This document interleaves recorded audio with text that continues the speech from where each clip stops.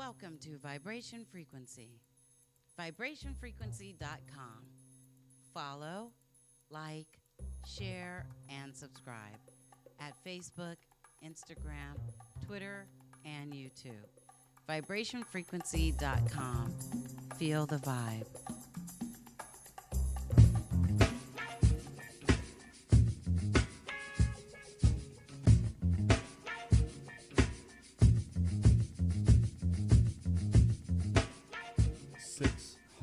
Businesses, 21 churches, 21 restaurants, 30 grocery stores, 2 movie theaters, 6 private planes, plus a hospital, a bank, a post office, schools, libraries, law offices, and even a bus system. Who says that black folks can't work together? Ladies and gentlemen, welcome back to LA BizGuy. I am your humble host, Richard Carr, joined by my esteemed colleague, DeAndre Landers. It's been quite some time. Welcome back to the show. It's been a minute. We are back. This is LA BizGuy, DeAndre Landers. Welcome back. I got my first panel of ladies this time. Let them get in and put their stamp on everything in this business world. I've known these young ladies for a good while now, and I think they're ready. If y'all ready is the question, because these ladies ready. My friend Lisa Puerto over here, and Anisa Rashad. Lisa, tell us about yourself. Oh, thank you for this exciting opportunity to just be on a panel with you now and share the stage in a different lighting. So thank you. I am known by my trademark, Super Agent.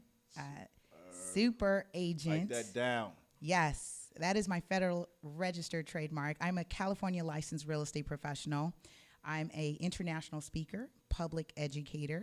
I'm an advocate for our community, specifically our youth.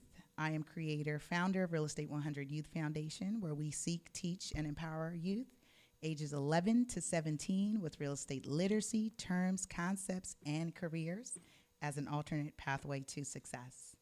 There's level to this. There's levels. Yes, lots of levels. There's levels to this. All right. Miss Rashad. Hello, hello, hello. I am Anisa Rashad.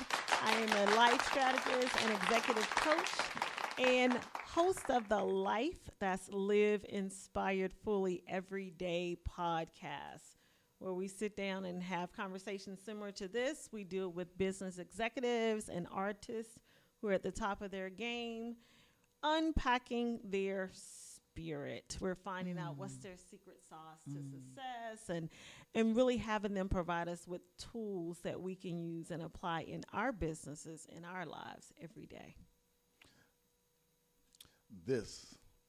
I'm excited about these two young ladies. I'm kind of, because I know how they can be.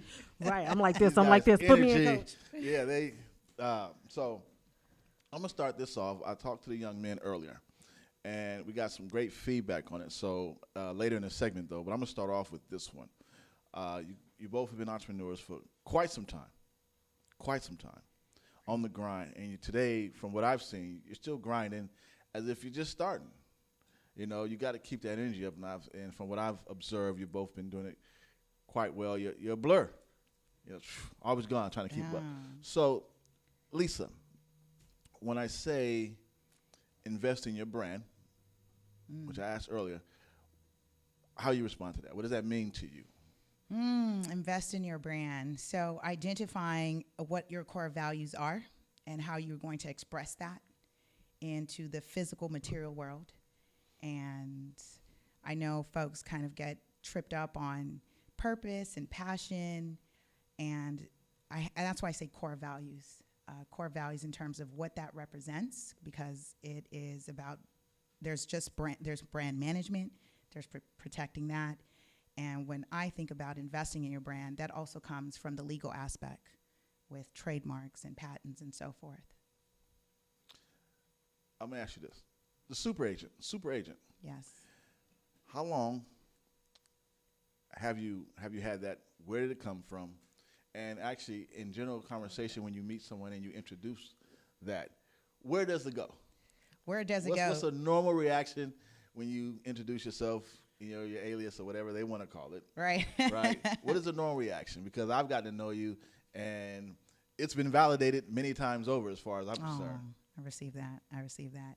So depending on who and the context, I normally do something like this. Super agent, saving our communities from housing crisis and foreclosure. And so it's an icebreaker. And I go into sharing that super agent is an advocate really seeking, serving, and protecting our community. The brand itself was born actually post the housing crisis. Mm-hmm. It was something, so I've been licensed as a professional since 2006. And so that was pre-financial bust. And in seeing that primarily our communities, Black and Brown, were hardest hit. And when we see downturns in the market is when we see most of our communities lose their wealth. And so because we had witnessed the largest white-collar crime in the history, I felt like, how do we get to a space and a place where we're no longer experiencing that? And for me, it was teach the next generation. So teach the next, fix the now is actually our tagline for Real Estate 100 Youth Foundation. Super Agent became a cartoon, and then I debuted that live in character and costume, and it just kind of has taken off since then. But I wanted to rebrand what the real estate professional represented in the industry, specifically because it wasn't just homeowners that stuck themselves. It was industry professionals that helped that.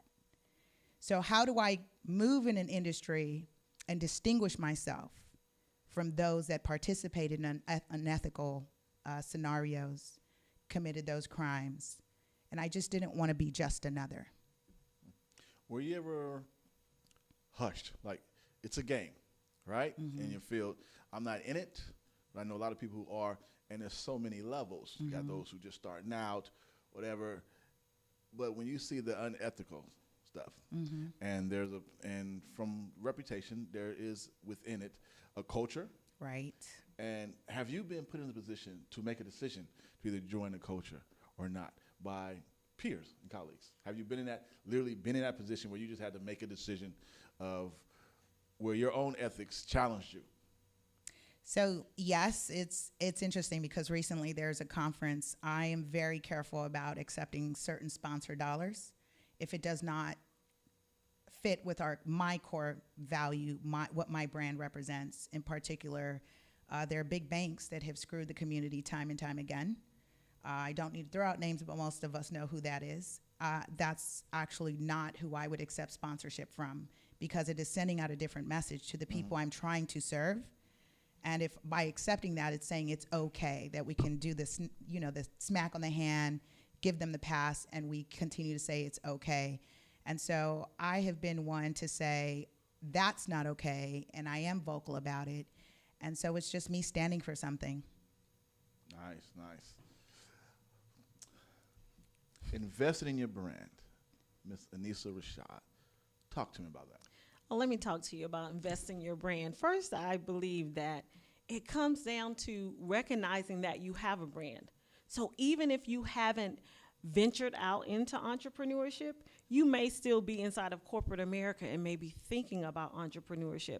Or you may have just started doing your craft, baking your pies, selling your T-shirts, right? But really didn't do that work that Lisa talked about, trademarking. All that stuff may seem like it's a big deal when you're just starting out, but everybody has a brand. And if you're out there and you're just trying to figure out what your brand is, your brand is what people say about you when you're not in the room.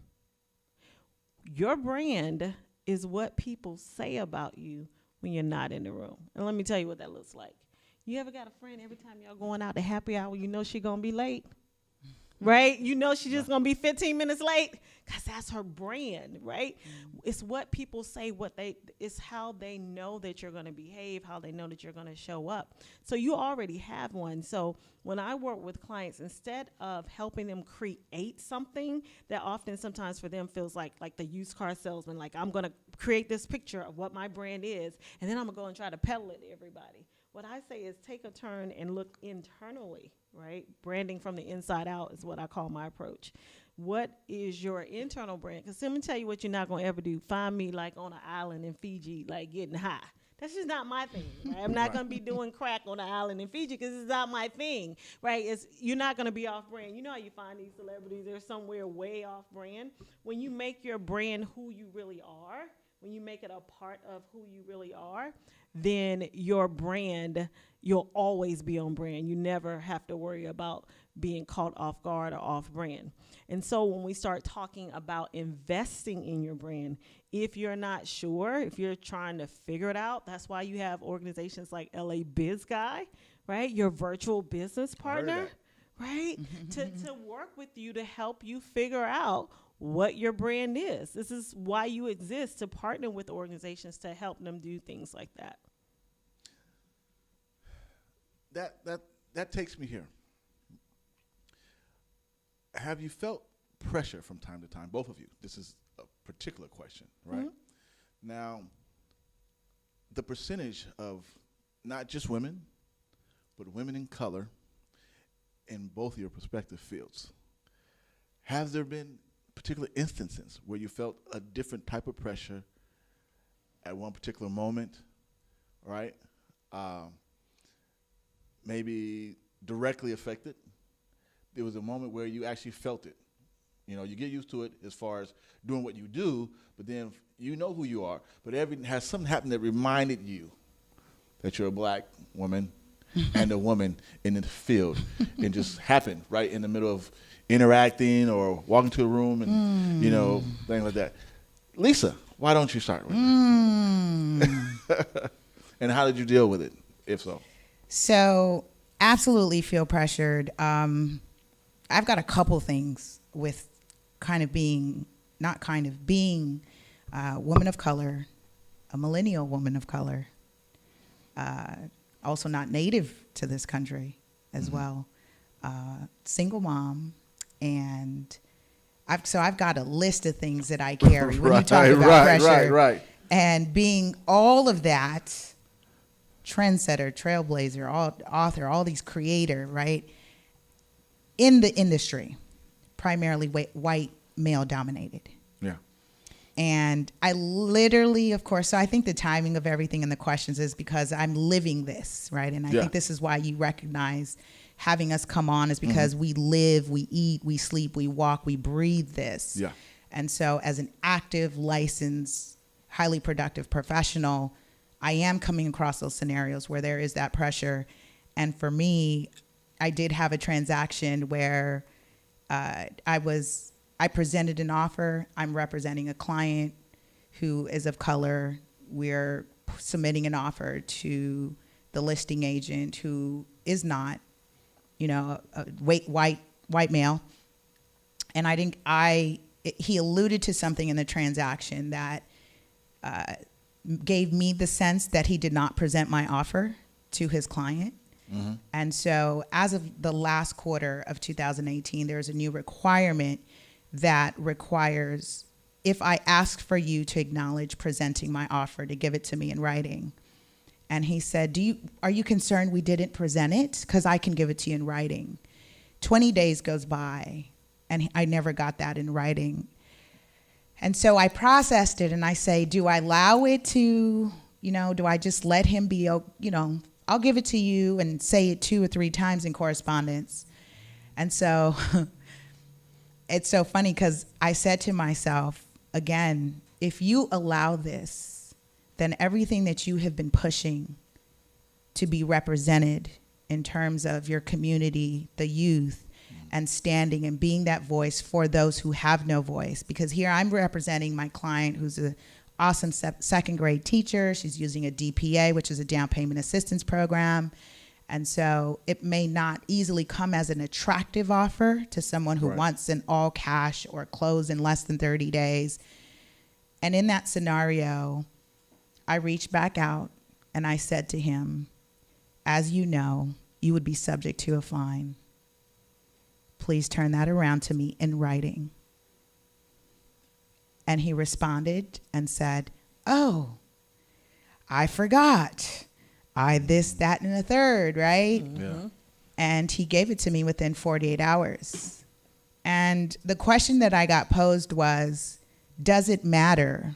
The question I got from the broker was, well, what's the status of the property? I said, I don't know. It's a principle now. Right. That I presented an offer. I asked for the acknowledgement. And I feel like also because who I am, where my brokerage is located, as opposed to being on the other side of town in a different zip code, I would have been handled differently. So that pressure, yes, all the time, to make sure I'm speaking up and loud. And that also comes with that concern of being ostracized. Because now, as you said, people will now know me as that vociferous one, right? She's always got something to say. And I said to myself, did he not pay attention to my email signatures? Creator, founder, vice chair, author, award-winning. I'm not a regular. Again, that goes back to brand. Yeah. Super agent for me is the best of what I do and who I am. I'm just not your average. Right. It's not what we strive to be. No. It's not why we get up. We don't wake up and say, I'm just going to go have an average meal. I want an average partner, and I want average service. That's not innate. That's not what we do. Right. Okay. I like it. This young lady right here, both these young ladies, I get in awe when I sit here and speak with these men, because they're also friends of mine as well. So we've had some interactions as well. So how's that for you? So for as long as I remember, I started working at NASA as a 19-year-old as an intern. So for as long as I can remember in my professional career, I've kind of always been on the only person of color in this room, youngest person in the room, the only girl in the room, the only person who didn't have an engineering degree in the room. So for so many years, that was just the natural order of things. And I just found the way that I do it and the way that has worked for me is combat that with being excellent. Because when you're the best at what you do, they have to call you when you the super agent. They have to call the super agent, right? So when you have those things against you, just for me, I found being excellent sometimes cancels those things out. Yeah. Mm-hmm. Okay. You're both well-traveled as far as business. Well-traveled conducting business. Is it easy, or just slight differences on how business in your respective fields is done city to city, state to state?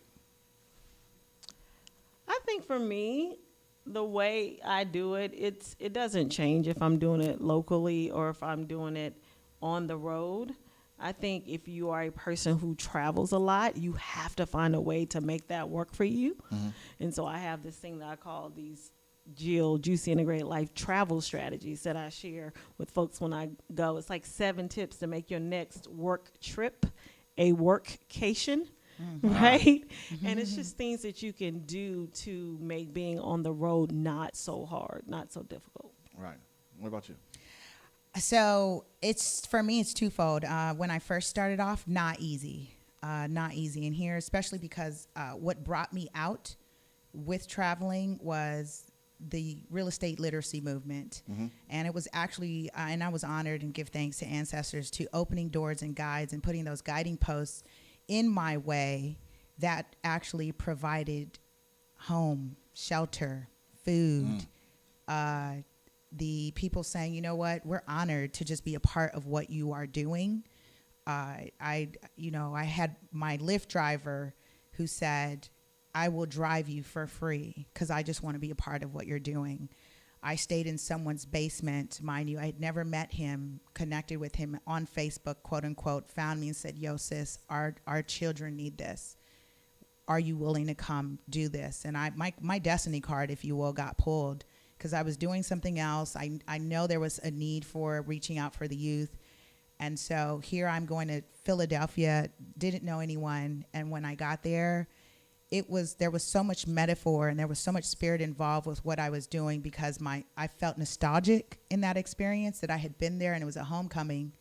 And at the same token, when I arrived to the place where I was living, Philadelphia has those tri-levels and he was renting the basement. And to make me feel comfortable and secure, he asked a woman to stay with us. And I remember she said to me, yo, you the alchemist. She's like, how are you doing this? And you don't know him, you don't know me. I said, because I am serving a greater mission right now that is greater than me. So I am trusting something beyond me. And it has gotten easier as I took that first step in terms of traveling and doing the work. And at every step, I get that confirmation that, yes, you know, everything, you may not have all the pieces, but when you show up, they come together. Yeah. I like it. I like it. I like it. So I'm going to go a little left, something we don't, I don't see these questions asked, this particular question. And it's simple. As entrepreneurs, at some point, negotiation becomes everything. Your skill, it becomes a skill. To some, it's talent, right? And I know what both of you do. And there's always room in your fields for negotiation. How important has it been for you, and how did you evolve to this point from when you first started, realizing you have to start negotiation, or you had that opportunity to negotiate? How has your negotiation skills evolved, and how important has it been since then? So I would say negotiation is everything. Right. And one of the keys, and I work with a lot of my clients I have a lot of clients that are inside of corporate America who are transitioning outside of corporate America. So they're starting their companies and they're building it while they're still inside. And oftentimes a question that comes up, how much do I charge? They don't know how much they should charge for their services.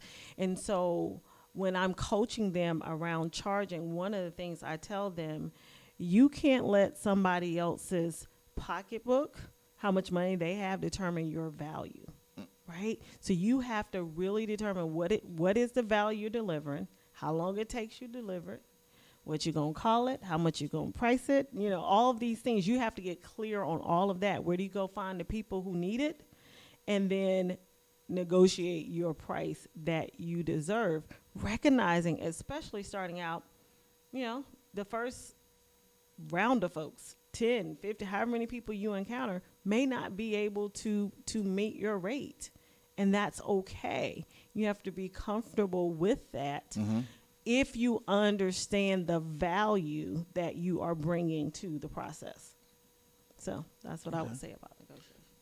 Agreed. I mean, that is the nature of my business. In your business, in real estate business, outside of properties, buying and selling, is there another part of your business outside of that? And that's what I was going to share. And that's what I was going to share, because although that's my nature, and as we talk about growth and brand, I have stepped into radio podcast hosting, right? So I'm dealing now with sponsorship and asset inventory valuation. I've authored multiple books, curriculums, the tangibles, as what we say, right? The tangibles. And so one of the things that I'm learning is properly, how do I place a value on those assets? And it has really been, it's challenging because it's not the real estate. But here's what excites me about it, and I embrace it, is because it's actually called the same thing in real estate, asset. So it may be a book. It may be a snapbacks, T-shirts, all these different types of tangibles, and there's so much. Email lists, Instagram, your social media, those are all assets. And so placing a value on that and negotiating, and what I'm finding is, and I do this actually in part of a course that we're launching called The Spirit of Business, when we're talking about placing a value on those assets, is most people, when they think negotiation, they think monetary. Yeah, right. And so you may miss the opportunity for bartering a plane ticket round trip, right? You may be saying, well, I want my speaker fee. Okay, but they're covering lodging and your round trip flight. Which you can turn into a workation. Or or plan something when you get there for other business. I'm going to be in town while I'm there in between. And I do that. Let's do that. Absolutely. I do that all the time. So it's very important when we're speaking of negotiation to really open our minds of what that means and not necessarily be hung up on monetary, because I have so much fun doing this. I would tally up what I get. Like I'm launching a webinar series. I just got the entire webinar sponsored by a new startup company. So they're hosting my webinar on their platform in exchange to be featured as the host of the webinar. So instead of paying whatever webinars run for $25 a month to $130 depending on the company, I now get it for a lifetime as long as I'm using them. So for me, that's a win. That's a win. But I'm not, it just doesn't stop there. I say to them, and here's the thing about negotiating, is asking, what else can I give, right? What else? What else do you want? Do you want your logo in our email list and our survey after the webinar ends? Oh, yeah, we want that too. Great. There's a fee for that. How about that? Yeah. Coincidence. Yeah. See how that works? All right. I like it. Good nuggets right there. Anisa, when was that moment where you made a decision, right? That decision that said, I'm glad I made that decision, or I hate I made that decision, and it knocked me back a step. Whichever one was more, you can pick which one or both. You can choose which one, and which one was the most impactful, the one that propelled you, or the one that knocked you back a couple steps, the one that's most memorable to you. Well, I think the number one decision is just a decision to go into entrepreneurship, period. Right? So when I was inside of corporate America, the type of job I had, people don't leave those types of jobs. I call them the golden handcuffs because they're golden. You make a lot of money. You can do a lot of stuff. Talk about travel, a lot of business travel, but a lot of personal travel as well. But it's like it's holding you hostage in some ways because it's keeping you from doing this passion work. Keeping you from going out doing the thing that you you were placed here to do, because there's a difference between your job and your calling. Because you can get fired from, downsized, laid off, retire from your job, but your calling, that's that thing that's bigger than you. Okay. Right? And so you can't get laid off from your calling. Okay. And so I think for me, just betting on myself, betting on the fact that I knew what I had, I knew the gifts, I knew the skills, I knew the talents that God had placed inside of me, and saying, you know what, looking at my husband, having a conversation, I'm going to bet on myself. Right. I'm going to bet on myself. And I believe that for me has been the best decision I have made. What about you, Lisa? I had so much, I just so which one, because as I reflect as of today, as there's been so many moments when I look years, months, days down to the minute, every moment is that decision that is catapulting me. The one that I can lean on is the one that I decided to do the youth work. When they literally called and said, you've got 30 days, and we're trying to coordinate that you were here for the Million Man March. And at that time, I was in no position to do travel. They want me there for 12 days. I have my son with me, and I'm feeling all this pressure of my personal responsibilities, professional responsibilities, and that was the best decision in deciding to show up and go forth, because I have touched ground across this country in places that I've never been, and have so much more in store to be across water in doing this work. And that excites me, and I'm so grateful that I found that courage in me. I'm glad you found that courage, because here we are, both of you. We met almost randomly in both cases, and the two of you have enlightened me on a lot of things as far as just interacting. Have brought the best out of me, and so I'm always honored when people bring the energy that you guys bring, and we can get into this and have these kind of forums and platforms. And just really make some change and uplift each other as well as our consumers. I really appreciate you guys coming out. And to our lucky caller who called in tonight, I gave out some statistics about black business and said that who says we can't work together? Well, the statistics I pronounced tonight before we came back from the break are from Tulsa, Oklahoma, 1921. That was Black Wall Street. Yes, we can do it. Yes, we can. And that's my Obama speech for tonight. Good night.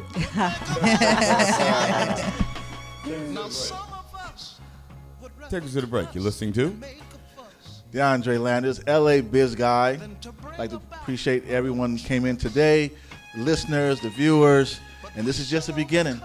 Don't sleep, because we are noisy when we're trying to get what we want. We have and more you will coming. Be waking up. How do I say it? You will Awakened in your sleep. Who told you you love your black preacher? Can you respect your brother's woman friend and share with black folks not of kin? I say now people must prove to the people a better day is coming for you and for me, with just a little bit more education and love for our nation would make a better society. And if you had a choice of colors, which one would you choose, my brothers? If there was no day or night, which would you prefer to be right? And if you had a choice of colors,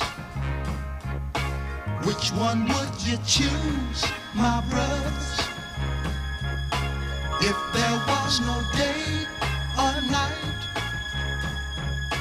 which would you prefer to be right? If you had a choice of colors, which one would you choose, my brothers?